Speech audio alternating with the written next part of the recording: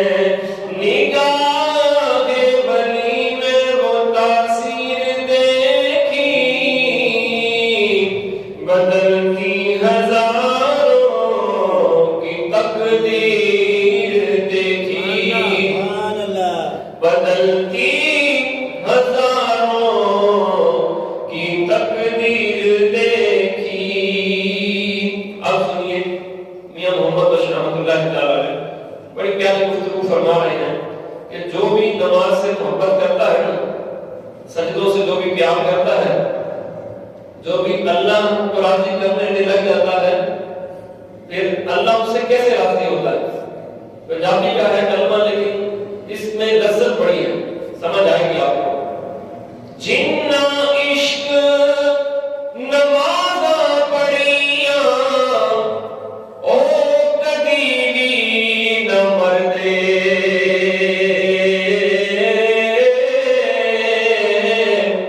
جنہ عشق نمازاں پڑھیاں او کدی بھی نہ مردے، جے شک ہووی ویکھ لیا کے قبر تے دیوے بلدے۔ جنہ عشق نمازاں پڑھیاں، جنہ رب نو راضی کر لیا، مصطفیٰ دے سچے غلام بن گئے، اللہ انہاں دیاں قبراں نو بھی روشن فرما دیندا ہے۔ جنہ رب دے نال محبت کر لئی نا، اللہ نو جس نے راضی کر لیا، مصطفیٰ دی غلامی وچ آ گیا، جدے کولوں اللہ راضی ہو گیا، قرآن کہتا ہے رضی اللہ عنہم ورضوا عنہ، جنہاں کولوں رب راضی ہو گیا تے رب انہاں دیاں قبراں تے بھی میلے لا دیندا ہے۔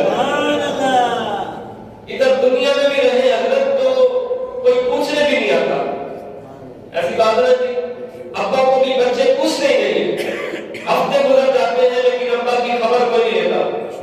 لیکن وہاں قبر میں بھی جب بندہ چلا جائے لیکن حضور کا وفادار ہو، تاجدار مدینہ سے وفا کر کے جائے اس دنیا سے، تو اللہ تبارک و تعالیٰ قبروں میں بھی میلے لگا دیتا ہے۔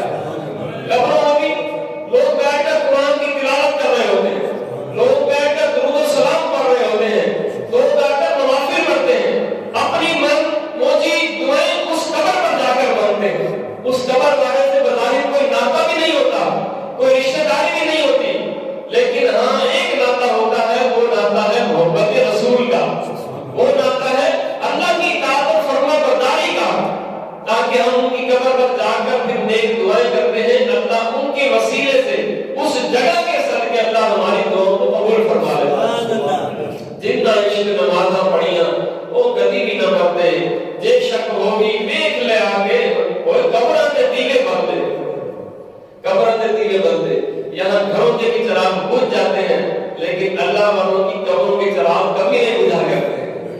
انہوں نے ایسا میٹر لگا لیا ہوتا ہے، ایسا ٹرانسفارمر لگا لیا ہوتا ہے محبت رسول سے، اللہ کی محبت سے، کہ جب وہ اس دنیا سے جاتے ہیں تو پھر ان کی کبھی بجلی جاتی نہیں ہے۔ ایسی پھر قبریں، ایسی مزاریں روشن ہوتی ہے کہ پھر اس مزار سے، اس قبر سے بھی روشنی جاتی ہی نہیں ہے۔ اب ایمانداری سے آپ بتانا کہ جس کی قبر کے اوپر سے کبھی روشنی نہ جائے تو اس کی قبر میں کتنی روشنی ہوگی؟ ایمانداری سے کہ جس کی قبر پر اتنی روشنی ہو، لائٹنگ ہو، قرآن کی تلاوت ہو، نوافل پڑھ رہے ہو، لوگ صدقہ و خیرات کر رہے ہو، اس کی قبر کے اندر کا عالم کیا ہوگا؟ اس کی قبر کے اندر کا عالم کیا ہوگا؟ چاہے تو اشاروں سے اپنی کایا ہی پلٹ دے دنیا کی، چاہے تو اشاروں سے اپنی، یہ اشارہ کرتے دنیا کی کایا پلٹ جاتی ہے، کایا پلٹ جاتی ہے۔ ہاں تو آپ ابھی حال ہی میں دیکھ لیں، قبلہ امیر المجاہدین حضرت خالد حسین نظری رحمۃ اللہ تعالیٰ علیہ اشارہ کیا کہ لبیک کے دیوانوں آ جاؤ میدان میں، کایا ہی پلٹ گئی، ہر طرف لبیک کے نعرے دیکھے آپ نے، ہر طرف حضور کی وفاداری کے لیے نوجوان نکلے نہیں نکلے، بس یہ اشارہ کرتے ہیں، چاہے تو اشاروں سے اپنی کایا ہی پلٹ دے دنیا کی۔ ارے یہ شان ہے خدمت گاروں کی، سردار کا عالم کیا ہوگا؟ یہ شان تو ہے خدمت گاروں کی، یہ شان تو ان کی ہے جو کبھی نماز نہیں چھوڑتے، وفاداری سے نماز پڑھتے ہیں، یہ شان تو ان کی ہے جو درود و سلام وفاداری سے پڑھتے ہیں، یہ شان تو ان کی ہے جو ناموس رسالت پر وفاداری کے ساتھ کھڑے ہوتے ہیں، ختم نبوت کے ساتھ وفاداری کے ساتھ کھڑے ہوتے ہیں، یہ شان تو ان کی ہے، یہ شان تو خدمت گاروں کی کہ یہ اشارہ کرتے ہیں تو کایا ہی پلٹ دیتے ہیں، یہ اشارہ کرتے ہیں تو کایا ہی پلٹ صحابہ میں مقام نیاز کر رہا تھا کھڑی شریف کے تاجدار میں اتنا پیارا جملہ کہا کہ جنہ عشق نمازاں پڑھیاں وہ کبھی بھی نہ مرتے دے شک ہوگی ویکھ لے آ کے آج قبر تے دیوے بلدے. آپ اپنے مرشد گرامی کی اگر وہ حیات ہیں تو ان کے پاس جاتے ہیں, اگر نہیں ہے تو ان کی قبر پر جاتے ہیں تو کیا رونے میں نہیں ہوگی؟ یہ خوشبوئیں نہیں آ رہی ہوتی. اور اگر ہم اپنے دادا پر دادا کی قبر ڈھونڈنے جائیں تو کئی برس گزر جائے شاید ہمیں وہ قبر بھی نہ ملے, نام و نشان بھی نہ ملے. یہ نہیں ہے کہ انہوں نے اللہ کو راضی نہیں کیا, لیکن ایک طریقہ عمل تھا. یہ طریقہ کہ تن من دھن حضور آپ پر قربان ہے, ہمارا مال بھی سارا قربان ہے, ہماری جانیں بھی, ہماری نسل بھی آپ پر قربان ہے. جب بندہ اس طرح کی وفاداری کرتا ہے پھر اللہ تبارک و تعالیٰ اس کی مزاروں پر ایسی لائٹنگ کرتا ہے, ایسی روشنیاں کرتا ہے کہ تا قیامت تک وہ روشن رہتے ہیں. تا قیامت تک وہ روشن رہتے ہیں. اتنی سی تو محبت کر جاؤ نا, اتنی سی تو وفاداری کر جاؤ نا کہ ہم بھی جائیں تو کوئی ہمیں بھی کہے کہ یار ہاں وہ دیکھو محمد عربی کے غلام کا جنازہ جا رہا ہے, محمد عربی کے غلام کا. آج کا ہمارا موضوع سیدنا معین الدین چشتی اجمیری, خواجہ سندھ کے راجا, ہند کے مہاراجا, خواجہ غریب نواز رحمۃ اللہ علیہ, ان کی سیرت کے حوالے سے یہ موضوع رکھا تھا کیونکہ پچھلے مہینے میں ان کی شان پر گفتگو نہیں کر سکے. تو اس لیے آج کا موضوع ہمارا نائب رسول عطائے رسول حضرت خواجہ معین الدین چشتی اجمیری رحمۃ اللہ علیہ ان کی شان پر ہے. کچھ ملفوظات ان کی حیات طیبہ کے اوپر میں عرض کروں گا, اور خاص یہی بات یاد رکھیے گا کہ عطائے رسول بھی وہی بنتا ہے جو وفادار رسول ہو. آپ میری بات کی تائید کریں گے تو سبحان اللہ کہیے گا. سبحان اللہ. جی, وفادار رسول جو ہوگا وہی عطائے رسول بھی ہوگا. اور پیارا جملہ لکھا ہوا تھا وہاں پہ کہ نبی پاک علیہ السلام نے حضرت خواجہ غریب نواز رحمۃ اللہ تعالی کی دوسری حاضری تھی مدینہ طیبہ میں, تو حضور نے آپ خواجہ غریب نواز رحمۃ اللہ تعالی نے مسجد نبوی شریف میں بیٹھ کر چھپ کر عبادت کر رہے تھے. اللہ والے لوگوں سے چھپ کر عبادت کرتے ہیں, اپنے آپ کو ظاہر نہیں کرتے یہ لوگ کہ ہماری بار ہو جائے, یہ چھپ کر عبادت کرتے ہیں. مسجد نبوی شریف کے کونے میں بیٹھ کر نا تو ذکر اللہ میں مشغول تھے. آپ ان کے مقدر پر دیکھیں, ناز کریں خواجہ غریب نواز رحمۃ اللہ تعالی, اور اپنے مقدر پر بھی ناز کریں کہ ہم ان کو چاہنے والے ہیں, ہم ان کو ماننے والے ہیں. مسجد نبوی شریف کے کسی کونے میں بیٹھ کر آپ عبادت کر رہے ہیں, اور دل کے کانوں سے یہ جملے سنیے, آپ کو مزہ آ جائے گا. گنبد خضرا سے آواز آئی, گنبد خضرا سے آواز آئی, آواز آئی کیا سے رسول پاک فرما رہے ہیں کہ میرے معین الدین کو بلاؤ, میرے معین الدین کو بلاؤ. یہاں عاشق تڑپ رہے ہوتے ہیں, جا نہیں پاتے ہیں. ہر عاشق کے دل کی خواہش ہوتی ہے نا کہ مدینہ جائیں, کہ گنبد خضرا کی زیارت کریں, سنہری جالیوں کو بوسہ دیں, وہ جگہ دیکھیں جہاں مصطفیٰ کی قدم مبارک لگے, وہ جگہ دیکھیں جہاں مصطفیٰ کریم علیہ السلام گلیوں میں چلا کرتے تھے. ہر بندے کی خواہش ہے, ہر بندے مومن کی, مسلمان کی خواہش ہے, لیکن ان کی شان کیا ہوگی کہ جن کو رسول پاک خود روزے سے کہے کہ میرے غلام معین الدین کو بلاؤ, میرے غلام معین الدین کو بلاؤ. تو جب تو غلاموں نے یہ بات سنی تو آ کر مجمع نے کہا معین الدین کون ہے؟ اب آپ حساب لگائیں کہ مدینہ طیبہ میں کتنے معین الدین گئے ہوں گے, کتنے معین الدین گئے ہوں گے. کہا جی معین الدین کہاں ہے؟ تو سب نے ہاتھ کھڑے کر دیے, میرا نام معین الدین ہے. ہزاروں کا نام معین الدین تھا تو ہزار کھڑے ہو گئے ہاتھ, میرا نام معین الدین ہے. وہ غلام پریشان ہو گئے, پھر روزے کی طرف آئے, پھر دوبارہ آ کے عرض کیا رسول اللہ صلی اللہ علیہ وسلم ہزاروں معین الدین ہے, اب سنیے سنیے. پھر روزے سے آواز آئی, پھر غیب سے آواز آئی, رسول پاک نے فرمایا معین الدین نہیں, معین الدین چشتی کو بلاؤ, معین الدین چشتی کو میری بارگاہ میں حاضر کرو. اور جب یہ جملے جا کر مسجد نبوی شریف میں کہے نا کہ معین الدین چشتی کون ہے, تو خواجہ معین الدین چشتی میری رحمۃ اللہ تعالی علیہ لفظ اٹھے, کہا یا حضور نے مجھے یاد کیا, حضور نے مجھے مخاطب کیا. تو خوشی کا عالم کتنا ہوگا حضرت, کتنا خوشی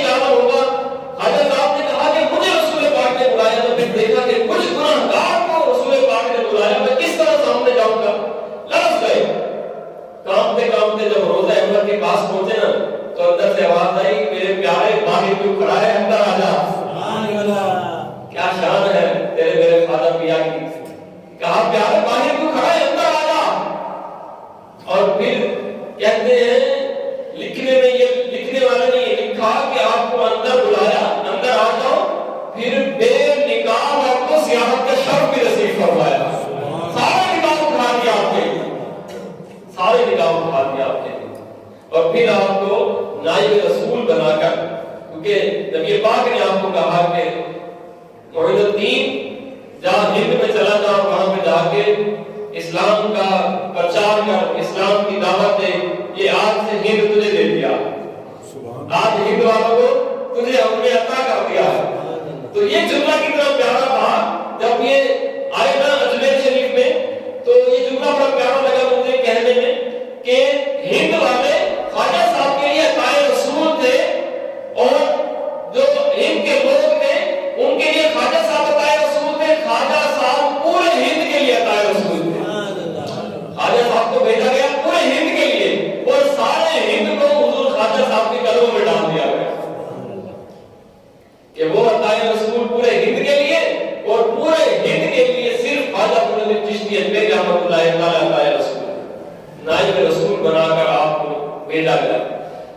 میں پھر یہی عرض کروں گا کہ نائب رسول عطائے رسول وفادار رسول سے ہی بنتا ہے۔ سب سے پہلی سیڑھی وفادار رسول کی ہے، حضور سے وفا کر جاؤ گیا۔ آپ کے بارے میں سنتے ہیں، آپ کی زندگی کے بارے میں، آپ کی پیدائش 14 رجب کو ہوئی ہے، 530 ہجری، کئی ہزار سال گزر گئے، 530 ہجری اور 14 رجب کا دن تھا، اور اس انگریزی مہینے کی 18 اپریل 1139 ہجری عیسوی کو آپ کی پیدائش ہوئی ایران کے ایک گاؤں سنجر میں۔ اسی لیے آپ کا نام بھی اجمیری، حسن سنجری اجمیری رحمۃ اللہ تعالی علیہ آپ کو پکارا جاتا ہے، کیونکہ آپ کی سنجر شریف کی پیدائش ہے، اور آپ نجیب الطرفین ہیں، والدہ سے حسنی سید ہیں، سبحان اللہ نجیب الطرفین کا لفظ غوث پاک رحمۃ اللہ تعالی علیہ کے لیے اور پھر ان کے لیے ہے، کیونکہ یہ حسنی حسینی سید ہیں، والدہ کی طرف سے حسنی ہے، کم پشتوں تک سے مل کر ان کا جو ہے شجرہ امام حسن رضی اللہ تعالیٰ تک پہنچ جاتا ہے، اور والد صاحب کی طرف سے یہ حسینی سید ہے، 8 پشتوں سے ان کا شجرہ امام موسیٰ کاظم رحمۃ اللہ تعالیٰ تک جا کر پہنچ جاتا ہے۔ آپ کے والد گرامی کا نام سید غیاث الدین رحمۃ اللہ تعالیٰ علیہ۔ 15 سال کی جب آپ کی عمر ہوئی تو آپ کے والد صاحب انتقال کر گئے، والد صاحب آپ کے انتقال کر گئے، اور ویسے یہ دیکھا گیا ہے اور یہ سنت مصطفیٰ بھی ہے، اللہ تبارک و تعالیٰ نے جب کسی کو مقام دینا ہوتا ہے نا تو باپ کا سایہ اٹھا لیا جاتا ہے، کیونکہ نبی پاک علیہ السلام میں بچپن میں ہی باپ کا سایہ اٹھا لیا گیا، پھر جس بھی آپ ولی کو دیکھیں گے اس کا باپ کا سایہ اسے جلدی اٹھا لیا جاتا ہے، اللہ ان کو مقام ایسا دیتا ہے۔ تو جب باپ کا سایہ ہو جاتا ہے تو پھر مقام ولایت کہاں سے ملتا ہے؟ تو میں نے پچھلے جمعے شاید یاد کی تھی، مقام ولایت ماں کی قدموں سے ملتا ہے، مقام ولایت تھی باپ کا وہ سایہ جب اٹھ گیا تو پھر ولایت کا درجہ کہاں سے ملا؟ ولایت کا درجہ جو ملتا ہے پھر ماں کی اطاعت اور فرما برداری سے ملتا ہے، ماں کی قدموں سے پھر ولایت کا درجہ ملتا ہے۔ تو پھر آپ کی عمر 15 سال سے بڑی تو آپ نے علم حاصل کرنے کے لیے بغداد شریف کی طرف آپ نے رخ کیا، آپ نے بھی، اور یہ حضور غوث پاک رحمۃ اللہ تعالی علیہ کی آپ والے پیر آپ کی جو ہے وفات وصال آپ کا مبارک ہے 561 ہجری میں، 561 ہجری میں غوث پاک رحمۃ اللہ تعالی علیہ اس دنیا سے رخصت ہوئے، تو یہ 562 ہجری میں بغداد شریف کی طرف چل پڑے۔ میرے اور میرے خواجہ میاں بغداد شریف علم دین حاصل کرنے کے لیے 562 ہجری کو یہ بغداد شریف کے لیے روانہ ہوئے، کیونکہ وہاں پہ غوث پاک رحمۃ اللہ تعالی کا وصال ہو چکا تھا۔ تو 20 سال تک انہوں نے وہاں علم حاصل کیا، اور انہوں نے جس شخصیت کی بیعت کی ان کا نام ہے حضرت خواجہ ہارونی، ان کی انہوں نے خدمت کی اور ان کے ہاتھ پر اپنی بیعت بھی کی۔ پھر فرماتے ہیں میں 20 سال تک اپنے مرشد کے پیر دباتا تھا، ان کے بستر اٹھایا کرتا تھا۔ خواجہ ایسے نہیں بن جاتا، خواجہ ہند کا راجہ ایسے نہیں القابات مل جاتے ہیں، وفاداری کرنی پڑتی ہے سب کے ساتھ، ماں باپ کے ساتھ بھی وفاداری، استادوں کے ساتھ بھی وفاداری، پیر و مرشد کے ساتھ وفاداری، پھر رسول پاک کے ساتھ وفاداری کرنی پڑتی ہے، رسول پاک کے ساتھ وفاداری کرنی پڑتی ہے۔ تو کہتے ہیں میں 20 سال تک اپنے استادوں کے ان کی خدمت میں رہا، تو پھر 20 سال بعد میرے مرشد گرامی حضرت خواجہ عثمان ہارونی رضی اللہ تعالیٰ آپ نے مجھے پھر کا خلافت عطا فرمایا۔ کتنے سال بعد؟ 20 سال بعد۔ کتنے سال بعد؟ 20 سال بعد۔ اور آج اگر کسی کا خلیفہ بننا ہو تو آپ 4 تعریفیں کریں، 5ویں تعریف بعد میں کریں گے، پہلے خلافت آپ کو مل جائے گی، مل جائے گی نہیں؟ ایسی بات ہے، مل جائے گی خلافت۔ آج تو آپ بس خواب سنائیں، بولے جی پیر صاحب میں نے آپ کو دیکھا تھا مکے مدینے میں، آپ کو خلافت مل جائے گی۔ صحیح بات کر رہا ہوں آپ کو، آپ ناراض نہ ہوئیے گا، اس کی بات تو ان کی بات نہیں کر رہا نا جو واقعی بندے کامل ہے، ہم تو ان کی بات کر رہے ہیں جو 2 نمبر پیر بنے ہوئے، ہم تو ان کی شکرون کر رہے ہیں جو 2 نمبر پیر بنے ہوئے، جو خلاف سنت نہیں کریں اور رسول اللہ سے وفاداری بھی نہ کریں، ناموس رسالت کی بات آئے تو پھر پردوں کے اندر چھپ جائیں، آستانوں میں چھپ جائیں۔ ہم تو ایسے پیروں کو رہنا دیتے ہیں کہ یار تم کیسے نائب رسول بن سکتے ہو، تم کیسے ولی کامل بن سکتے ہو کہ جب رسول پاک سے وفاداری کا وقت آئے تو تم چھپ جاتے ہو، جب رسول پاک سے وفاداری کا وقت آئے تو تم چھپ جاتے ہو آستانوں میں، اور جب وفاداری کے ٹائم گزر جائے تو پھر نکل کر پھر پیر بن جاتے ہو۔ تو یہ میری بات سماعت کیجیے گا، سب سے بڑی اس وقت کائنات میں جو گدی ہے وہ گنبد خضرا ہے۔ آپ لوگوں کو سمجھ نہیں میری بات، آواز بلند ہے سبحان اللہ۔ اگر کوئی کسی کا مرید یہاں بیٹھا ہے تو ناراض نہ ہو، ہم کسی کے پیر کے بارے میں بات نہیں کر رہے، ہم تو اس کے بارے میں بات کر رہے ہیں جو آستانوں میں چھپ جاتے ہیں، حضور کی بات آئے تو پردہ ڈال لیتے ہیں، پردہ نشین ہو جاتے ہیں، جو مکے مدینے میں جا کے نمازیں پڑھتے ہیں ہم ان کی باتیں کر رہے ہیں۔ یہ کھانا تو یہاں کھائیں، شادی یہاں کریں، لیکن نمازیں کبھی مکے میں کبھی مدینے میں جا کر پڑھیں، ہم تو ان کو کہہ رہے ہیں کہ حضرت جب رسول پاک کی عزت کی بات ہے تب بھی نکلا کرو، چند الفاظ تو بولا کرو رسول پاک کے لیے۔ تو اس بات کو ذہن نشین کریں، سب سے بڑی کائنات کی گدی ہے وہ گنبد خضرا ہے، اور گنبد خضرا کے جو سجادہ نشین ہے امام حسن حسین پاک رضی اللہ تعالیٰ عنہ۔ اور جب اگر دین پر کبھی وقت آیا، اسلام پر کبھی وقت آیا تو آپ نے دیکھا کہ امام حسن حسین پاک کیا نذرانے لے رہے تھے، کیا مرید بنا رہے تھے، آستانے میں بیٹھے تھے؟ نہیں، کربلا کی طرف نکل پڑے تھے، نکلے نہیں تھی؟ سبحان اللہ، کیا دیکھیں سبحان اللہ۔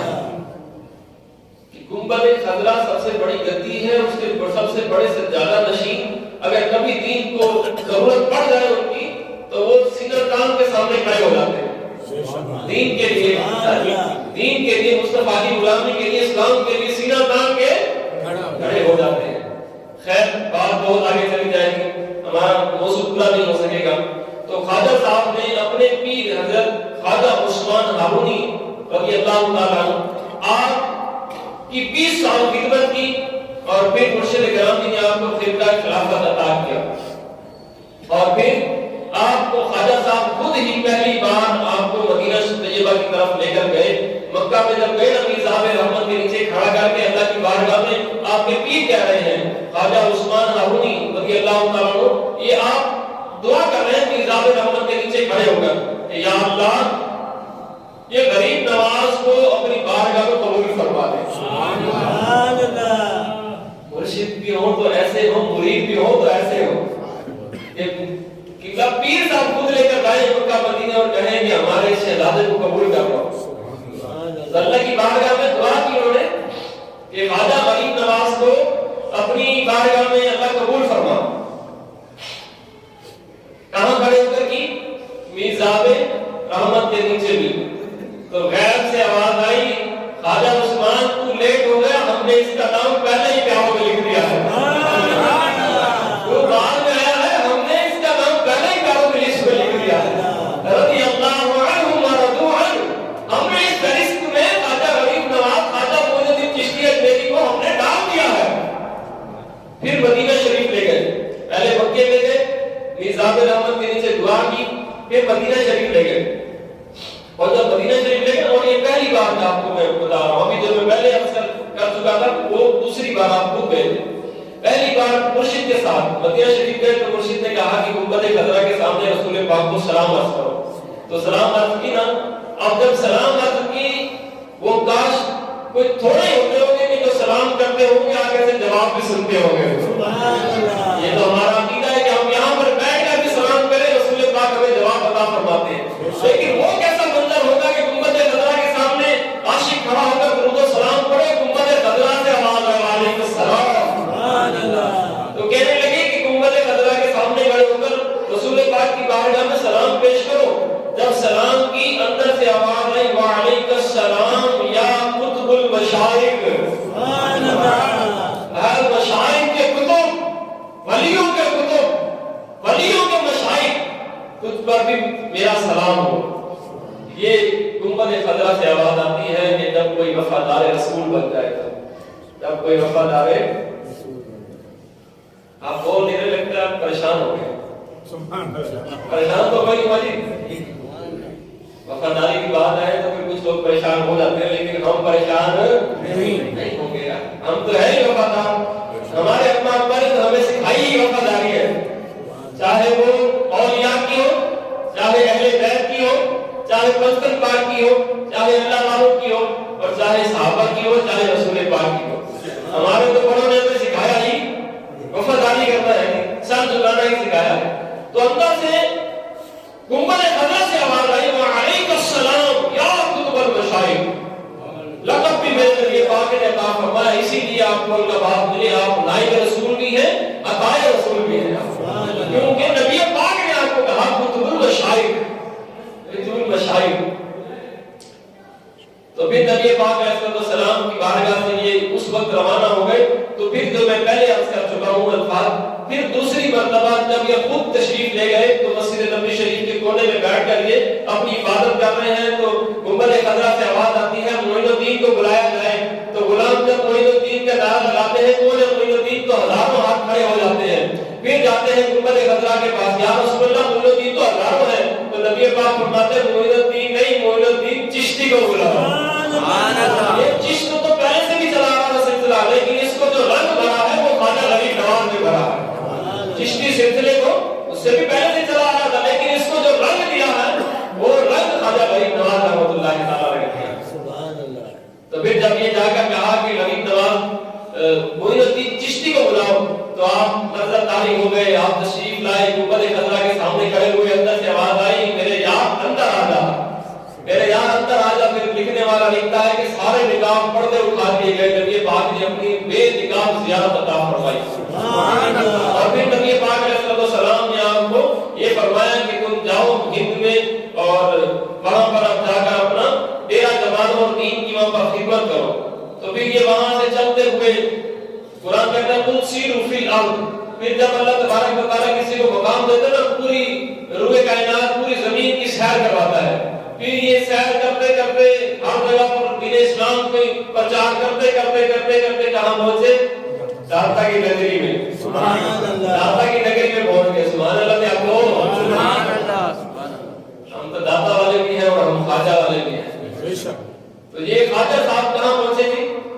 حضور داتا علی رحمۃ اللہ تعالیٰ علیہ، آپ کی بارگاہ میں آئے، 40 دن آپ نے یہاں پہ چلا کیا، اور آپ کے ہمراہ بہت سارے مشائخ تھے، ولی کامل تھے، اور بہت سارے اولیاء کرام بھی تھے، 40 دن آپ نے یہاں پر چلا کیا، اور جب یہاں سے جانے لگے تو پھر کیا کا بات نہیں کر کے داتا صاحب کو گنج بخشے فیض عالم مظہر نور خدا نا کے سارا پیر کامل کامل آرا رہنما، کہا یہاں پہ تو سمجھے رحمتوں کی بارش ہوتی ہے، یہاں یہ وہ در ہے، یہاں رحمتوں کی بارش ہوتی ہے، ماروں کے لیے تو ولی ہوتے ہیں، لیکن ولیوں کی دستگیری بھی داتا صاحب کہتے ہیں، نا کے سارا پیر کامل کامل آرا، کاملوں کے جو رہنما ہے وہ داتا علی حجویری ہے، کاملوں کے جو رہنما ہے، کاملوں کی جو مدد کرنے والے ہیں اس کو کہتے ہیں داتا علی حجویری۔ تو لاہور میں آپ نے چلا کیا، اس کے بعد پھر آپ روانہ ہو گئے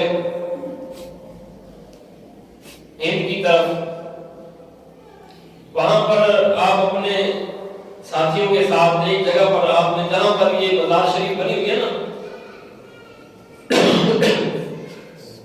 وہاں پر ایک درخت ہوا کرتا تھا جہاں پر آپ کی دربار شریف ہے. تو دربار شریف کی جگہ پر ایک درخت تھا تو آپ اس درخت کے سائے کے نیچے بیٹھ گئے. کچھ دیر بعد وہاں پر جو راجا تھا راجا رام اس کے کچھ پنڈاری آئے, اس کے جو غلام تھے وہ آئے. انہوں نے کہا خواجہ صاحب یہاں سے بزرگوں یہاں سے اٹھ جاؤ کہ بادشاہ کے راجے کے ہم یہاں پہ اونٹ باندھتے ہیں, یہاں پہ اونٹ باندھتے ہیں, آپ یہاں سے اٹھ جائیں. تو آپ سے بدتمیزی کے الفاظ بولے, گستاخانہ الفاظ انہوں نے بولے اور آپ کو وہاں سے اٹھا دیا. آپ اٹھ گئے لیکن اٹھتے اٹھتے کہہ گئے کہ چلو ہم تو اٹھ گئے ہیں, اب تمہارے اونٹ نہیں اٹھیں گے. ہم تو اٹھ گئے ہیں لیکن اب تمہارے اونٹ بیٹھے رہیں گے. تو آپ فرماتے ہیں ہم چلے گئے وہاں سے, لیکن بعد میں 3 دن گزر گئے, اونٹ ہی اٹھنے کا نام ہی نہیں لیتے, اونٹ اٹھنے کا نام ہی نہیں لیتے. تو پھر خواجہ صاحب کی بارگاہ میں آئے. یہ سب سے پہلی کرامت تھی آپ کی کہ اونٹ نہیں اٹھتے. خواجہ صاحب نے جا کر ان کو کہا کہ اللہ کے نام سے اٹھ جاؤ, تو اٹھ کھڑے ہوئے. راجا کو یہ بات پتہ لگی کہ کوئی اللہ والا درویش آیا ہوا ہے اور اسلام کی دعوت دے رہا ہے. تو آپ کی بارگاہ میں نا, آپ جب بغداد شریف تھے نا تب آپ کی بارگاہ میں 7 لوگ آئے, آتش پرست لوگ تھے وہ, لیکن وہ اپنے دین کے اندر اتنے ماہر تھے کہ وہ روزے رکھتے تھے کئی سالوں سے, صرف ایک لقمے سے کھولتے تھے, ایک لقمے سے روزہ رکھتے تھے. ایسے وہ آگ پرست تھے وہ لوگ. آپ کی بارگاہ میں آ گئے تو آپ نے ان کو اسلام کی دعوت پیش کی, ان آگ پرستوں کو اسلام کی دعوت پیش کی. انہوں نے کہا کہ نہیں ہم تو آگ پرست ہو گئے, ہم تو آگ کو پوجتے ہیں. تو خواجہ صاحب رحمۃ اللہ تعالی علیہ نے ان سے پوچھا کہ تم آگ کی پرستش کیوں کرتے ہو, اس کو کیوں پوجا کرتے ہو؟ تو انہوں نے جواب دیا کہ ہم آگ کی پوجا اس لیے کرتے ہیں جب کل ہم مر جائیں گے تو یہ آگ ہم سے, مطلب ہم اس کی پوجا کر چکے ہوں گے, ہم سے راضی ہو جائیں گے کہ آگ ہمیں جلائے گی نہیں, اسی لیے ہم اس کی پوجا کرتے ہیں. تو خواجہ صاحب رحمۃ اللہ تعالی مسکرا پڑے. خواجہ صاحب مسکرا پڑے, کہا کہ تم اللہ کی عبادت کرو, یہ آگ اللہ کے حکم سے ہی جلاتی ہے, یہ آگ بھی اللہ کے حکم سے ہی جلاتی ہے.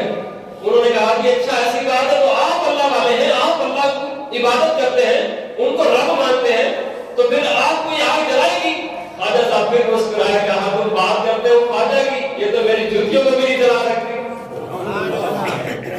یہ تم میری بات کرتے ہو, یہ تو میرے جوڑوں کو بھی نہیں جلا سکتی. انہوں نے کہا آدمی ہمیں دکھائیں. خواجہ صاحب نے اپنے غلاموں کو کہا کہ میری جوڑے میرے جوتے چپل جو ہے آگ میں ڈال دو. آگ میں ڈال دی. کئی دیر تک اس میں وہ جوتے رہے, لیکن اس کے بعد جب غلاموں نے جوتے نکالے تو صحیح سلامت جوتے نکلے.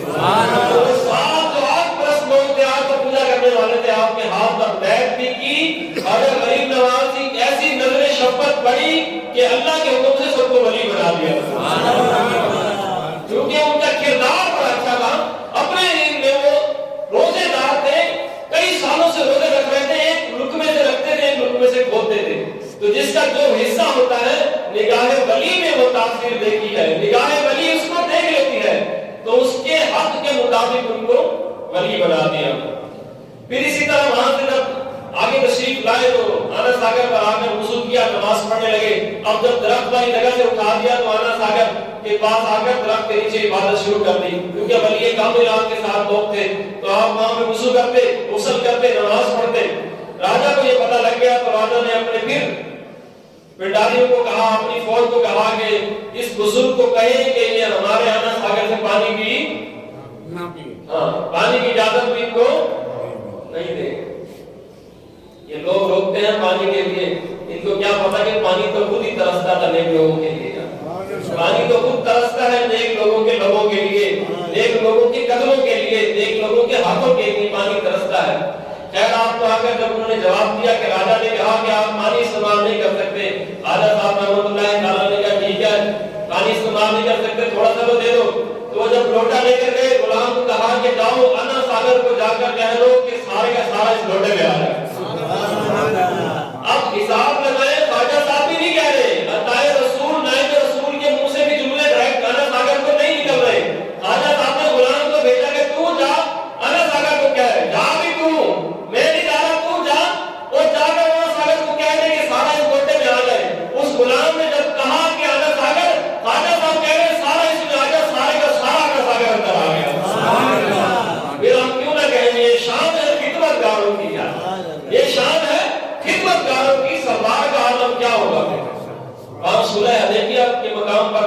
صحابہ کرام حضور کی بارگاہ میں عرض کرتے ہیں یا رسول اللہ پانی ختم ہو گیا، پانی ختم ہو گیا اور پانی کی سخت ضرورت ہے۔ نبی پاک نے فرمایا کہ کوئی جس کے پاس پانی تھوڑا تھوڑا ہے نا جمع کر کے لیا میرے پاس۔ تو نبی پاک کے سامنے ایک لوگ کا ایک برتن لایا گیا، اس میں تھوڑا تھوڑا پانی کر کے جمع کیا گیا۔ یہاں حضور نے اپنے دستے اقدس اندر سے ڈالا تو ایسے لگا جیسے نہر بہہ اٹھی، ایسے لگا جیسے اس لوٹے سے نہر بہہ اٹھی۔ کسی نے پوچھا کہ کتنے صحابہ تھے؟ انہوں نے کہا جی 1500 صحابہ تھے، ہم نے سیر ہو کر پانی پیا، نہایا، غسل کیا، زلیل پرند نے پیا، ہمارے جانوروں نے پیا۔ پھر وہ کہتے ہیں صحابہ کرام عرض کرتے ہیں قسم اللہ کی کہ اگر وہاں پر لاکھوں بھی ہوتے لوگ تو پھر وہ بھی شراب ہو جاتے پانی۔ وہاں پانی کم تھا تو نبی پاک علیہ السلام نے ہاتھ مبارک ڈالے تو دریا بہا دیے، اور یہاں نائب رسول عطائے رسول نے ایک پوری نہر کو حکم دیا، ساری کی ساری اندر ساگر ہوتے کے اندر محفوظ ہو گئی۔ یہ شان ہے خدمت گاروں کی، سردار کا عالم۔ پھر معافی تلافی مانگی کہ حضرت آپ واقعی اللہ والے ہیں، آپ ہمیں واپس کریں۔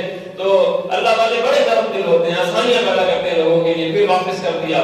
راجا کو اس کی ماں نے 12 سال پہلے ایک خواب سنایا تھا کہ تیرے وقت میں ایک شخص آئے گا، پورا دنیا بھی بتایا تھا کہ اس طرح کا ایک شخص آئے گا اور تیری سلطنت کو پلٹ کر رکھ دے گا۔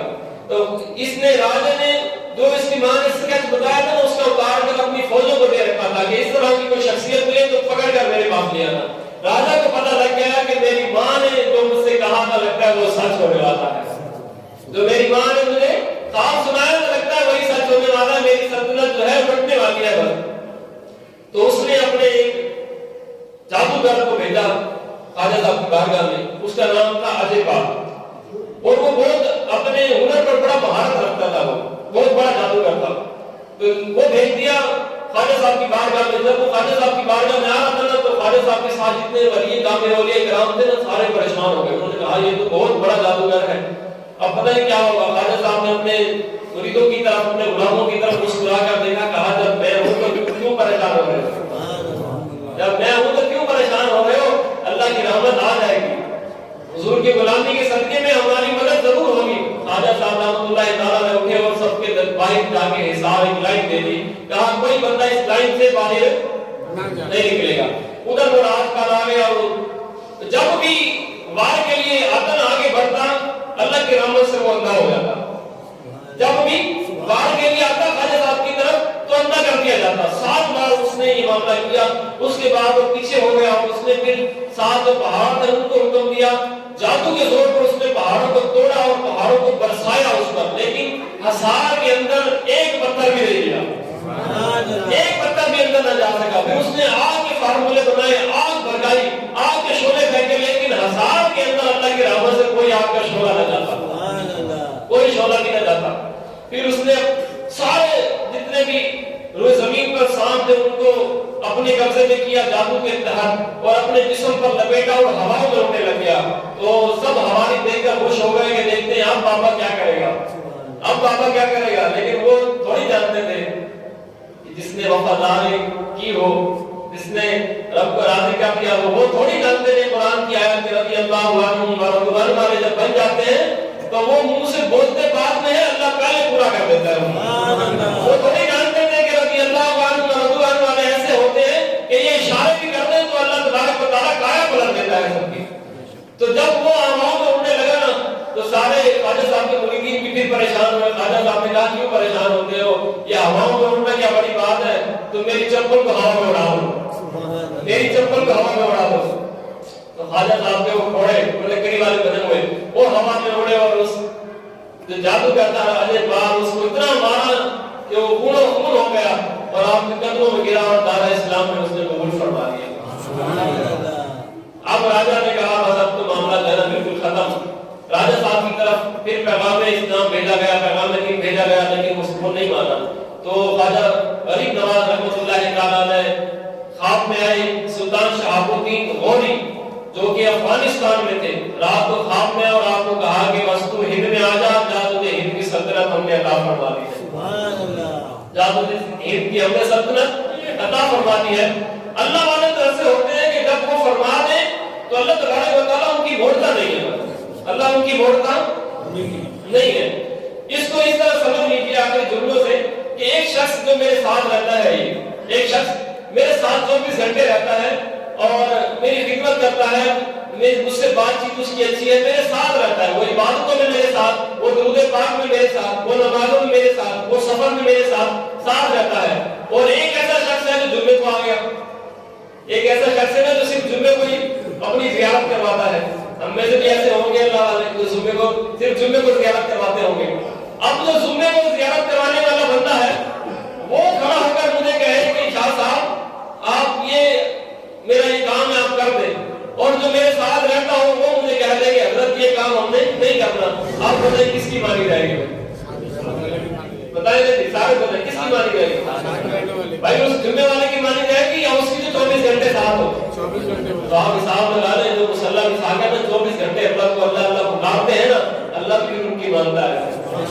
اللہ ان کی موڑتا، اللہ ان کی موڑتا نہیں موڑتا. بھی کیسے موڑ دے؟ انہوں نے تو اپنا تن من جان فدا سب کچھ کو حاضر کر دیتے ہیں. یا اللہ یہ بھی تیرے لیے ہے، یہ بھی تیرے لیے ہے، سب کچھ تو تیرے لیے ہے اور سب کچھ تو مصطفیٰ کے لیے ہے ہمارا. جب سب کچھ ہم اللہ کی بارگاہ میں پیش کر دیتے ہیں، مالک ہم تیری رضا پر راضی ہیں، سب کچھ ہی تیرا ہے، تو رب پھر انعام کے طور پر دنیا کے خزانے ہمارے قدموں میں ڈال دیتا ہے، دنیا کی عزتیں ہمارے قدموں میں ڈال دیتا ہے. میرا رب کے احباب دیوکار اللہ والوں کی شان براؤں برا ہے. خاص کر عطائے رسول نائب رسول کہ جس کو نبی پاک علیہ السلام نے خود بنا کر بھیجا ہو، جس کو خود یہ لقب ملا ہو علیہ السلام یا قطب البشائر، جس کو نبی پاک فرما دیں تو ان کی شان پھر براؤں اعلان زمان فرمانے. تحریک لبیک یا رسول اللہ پاکستان کے زیر اہتمام رکنیت فارم یہ باہر جو کیمپ لگا ہے، تو اس میں آپ تمام یہاں آپ ضرور جو ہے شامل ہو جائیں. کیوں شامل ہو جائیں؟ اب کچھ آپ سوال کر سکتے ہیں اور کسی کے دل میں ہوگا کچھ نہیں بھی کریں گے، بولے یار امام صاحب سے ضرور نہیں کر سکتے، کوئی بات ہے مجھ سے پوچھنے کا اس طرح، تو ہم منبر رسول سے ہی آپ کو پیغام دیتے ہیں کہ یہ ایسی تحریک ہے جس تحریک میں وفادار رسول ملیں گے. آپ جو اس کی تعریف کرتا ہے ہاتھوں میں پڑا کر، اس تحریک کے اندر سارے وفادار رسول ہیں جی. دیکھیں آپ نے سارے رسول کے غلام ہیں. ماشاءاللہ بات دیجیے کہ اللہ آپ کے ہاتھوں کو سلامت رکھے، آپ کے ہاتھوں کی لاج رکھنے بروز معاشر بخشش کا پروانہ مل جائے گا. تو اب ہر بندہ یہ اپنی اپنی تحریک بنا کر اس کی کوشش ہوتی ہے کہ ہم کام کریں، لیکن دین کا کام کون کرے گا؟ سلطان شہاب الدین غوری جیسا کام کون کرے گا؟ حضرت عمر فاروق اعظم جیسی خلافت کون کرے گا؟ حضرت ابوبکر صدیق جیسی خلافت کون کرے گا؟ دین تخت پر کون لے کر آئے گا؟ تو دین تخت پر ہم لے کر آئیں گے. دین تخت پر ہماری صرف اتنی سی توجہ ہوگی نا، ہم جا کر فارم فل کر دیں گے، بروز معاشر شاید ہمارا یہ فارم فل کرنا ہی ہمیں جنت میں لے جائے گی. اس بات سے کوئی انکار نہیں ہے. کچھ آپ کہیں کہ یہ تو کل کرنا ہے، لیکن اب کل آدم بھی وہ تحریک نہیں گئی. ہمارا سلیوٹ صرف اس لیے ہے کہ حضور کے غلام نظر، ہمارا کسی کے ساتھ کوئی کنیکشن کوئی تعلق نہیں ہے، نہ ہمیں سیٹوں کا شوق ہے اور نہ ہمیں نوٹوں کا شوق ہے. اللہ کی رحمت سے بڑے ہیں ہمارے پاس، کسی کو ضرورت ہے پیسوں کی، کسی کو ضرورت نہیں. اللہ تبارک و تعالیٰ نے سب کو نوازا ہوا ہے، لیکن دین کا کام کون کرے گا؟ رسول پاک سے وفادار کون کرے گا؟ وفادار کون بنے گا؟ تو ہمارا یہ عمل کہ ہم صرف ان کا ساتھ دے دیں، ہم صرف اس تحریک کے ساتھ شانہ بشانہ کھڑے ہو جائیں بس. دیکھیے گا کفر لرز کر ویسے ہی بڑھ جائے گا، لرز کر ویسے ہی بڑھ جائے گا. آخری جملہ جو میں آپ سے کہنا چاہ رہا ہوں، ہم نے جس کو دیکھا ہے کہ وہ حضور کا غلام ہے، ہماری آنکھیں بند ہیں، ہمارا وہ امام ہے. بس آپ سارے بولے حضور کا جو غلام ہے ہمارا وہ امام ہے، ہمارا وہ امام ہے. چاہے وہ امام علامہ خادم حسین رضوی کی شکل میں ہو، چاہے وہ امیر اہل سنت کی شکل میں ہو، چاہے وہ سعد بن خادم حسین رضوی کی شکل میں ہو، ہمارا وہ امام ہے جو حضور کا غلام ہوگا.